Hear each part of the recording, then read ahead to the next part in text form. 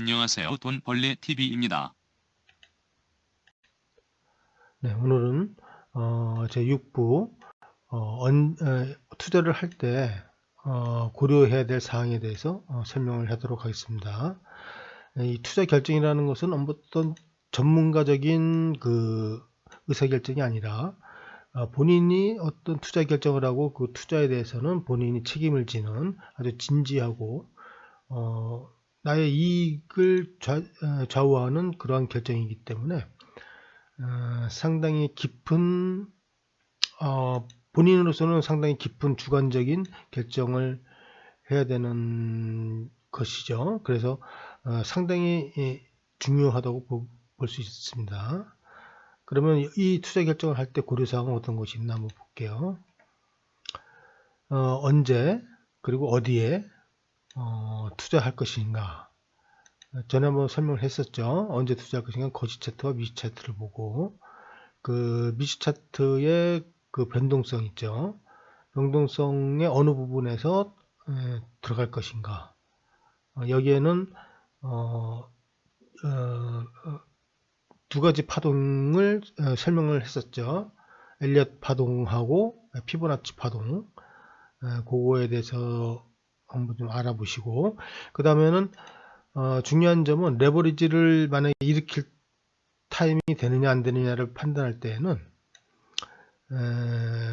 위험이 최소화된 경우, 위험이 최소화되고 단기간에 성과가 도출 때 가능성이 높을 때, 이때에 이제 레버리지를 일으키는 거거든요.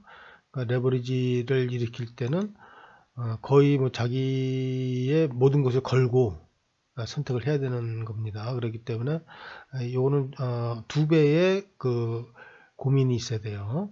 그 다음에 어디에 투자할 것인가, 투자금의 성격에 맞는 투자처를 적용한다. 그리고 거시 차트에서 가장 적극한 타이밍을 나타내는 곳에 투자를 하는데, 예를 들어서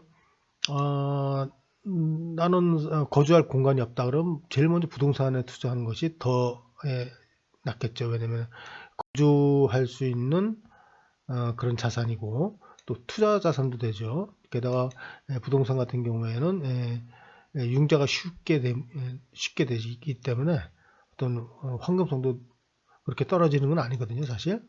그러니까는 그런 부분을 잘 고려해서 어디에 투자할 것인가 이에 대한 생각을 하고, 또한 이제 그 투자를 결정하기 전에 그 필수적으로 검토해야 될 사항이 글로벌적으로 돈이 어떻게 흐르고 있는가. 뭐 돈이야 뭐 금리에 따라서 금리가 낮은 곳에서 높은 곳으로 이동을 하죠. 그렇지만은 지금 현재의 그 양적 완화 시기에는 금리는 거의 다 0%죠. 미국이나 유럽이나 한국이나 일본이나 전부 다 0%이기 때문에 이때는 양적 완화가 어디에서 어디가 많이 하느냐. 그래서 양적 완화가 많은 곳에서 양적 완화 적은 곳으로 돈이 흘러가죠. 그렇게 가다 보니까 또 인플레가 발생할 수도 있고, 인플레가 발생하면 그에 대한 대응이 시작되겠죠. 그럼 금리 인상을 하거나 유동성 긴축을 할 수 있겠죠. 그런 시기도 이제 예측하는 그런 능력을 키워야 되겠죠. 그러면 언제 들어가고 언제 빠져나올 수 있다 라는 대강의 그 자기의 전략을 세울 수가 있습니다.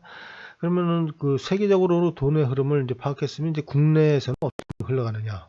우리 한국에서는 뭐 특별히 그 양적 완화를 하지는 않았죠. 그렇지만은 최근 들어서 이제 정치적 상황에 따라서 양적 완화를 하는데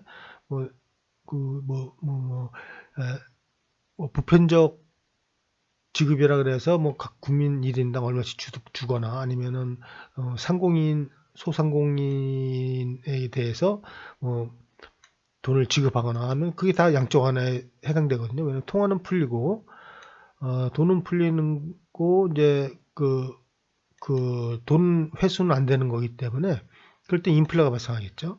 그래서 인플레는 실질적으로 올라서 발생하는 경우도 있지만은 주로 심리적인 현상에 따라서 심리적인 영향에 따라서 그 인플레가 발생하거든요.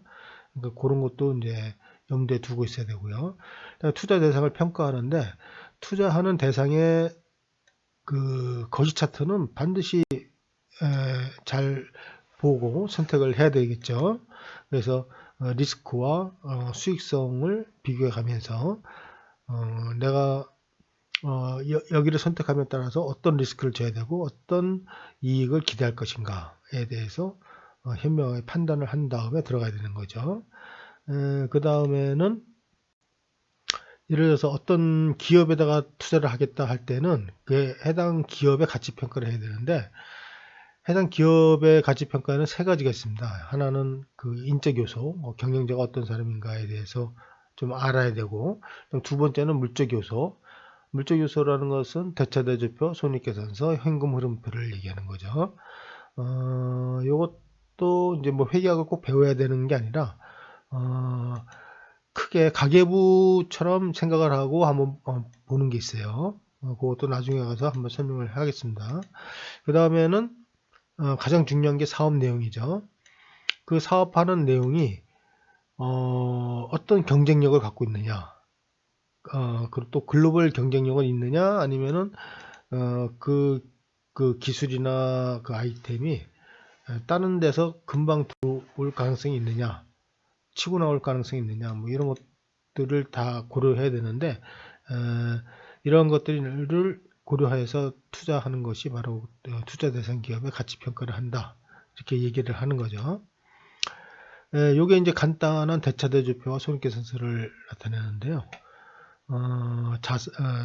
자산이 있고 부채와 자본이 있고, 자산이 부채와 자본보다 크면은 이익이 나오는 거고요.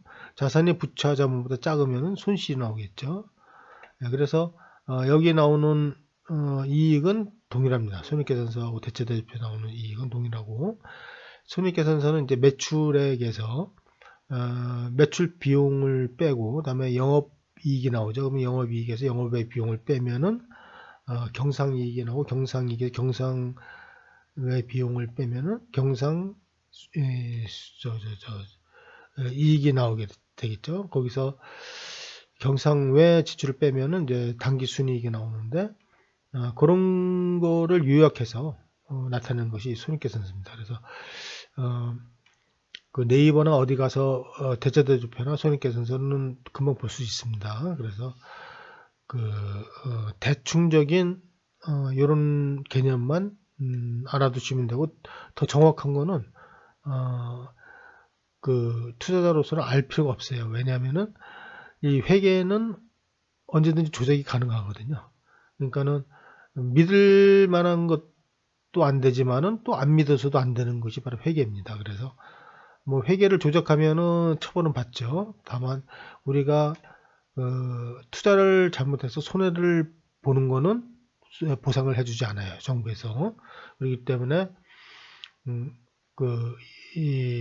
대차대조표나 손익계산서보다는 아까 얘기했듯이 이 경영자의 경영자가 어떤 사람인가가 더 중요하죠. 왜냐면은 이 경영자가 어떤 사람이냐에 따라서 분식회계도 할 수 있고, 아니면 그 주주를 위한 경영을 할 수도 있기 때문에 저는 이 경영자가 더 중요하다고 봅니다. 그래서 이 투자 대상을 선정할 때는 이런 기업의 그 경영자를 보고 일단 결정하는 것이 훨씬 더 낫다, 저는 이렇게 생각을 합니다. 그리고 그러면 나는 이런 것들을 전부 다 잘 모르겠고 귀찮다 할 때는 이 업종이 있죠. 예를 들어서 뭐 반도체면 반도체 업종, 자동차면 자동차 업종, 아니면 2차 전지면 2차 전지 업종을 풀로 묶어서 관리하는 ETF를 선택하는 것이 훨씬 더 낫습니다. 그 ETF에 대해서는 나중에 한번 따로 설명해 드리는 기회를 갖도록 하겠습니다. 오늘은 이렇게 그 투자 결정을 하기 전에 고려해야 될 사항에 대해서 알아봤습니다. 다음번에는 뭐 ETF나 돈의 흐름을 판단하는 그 방법에 대해서 한번 설명을 하도록 하겠습니다. 안녕히 계십시오.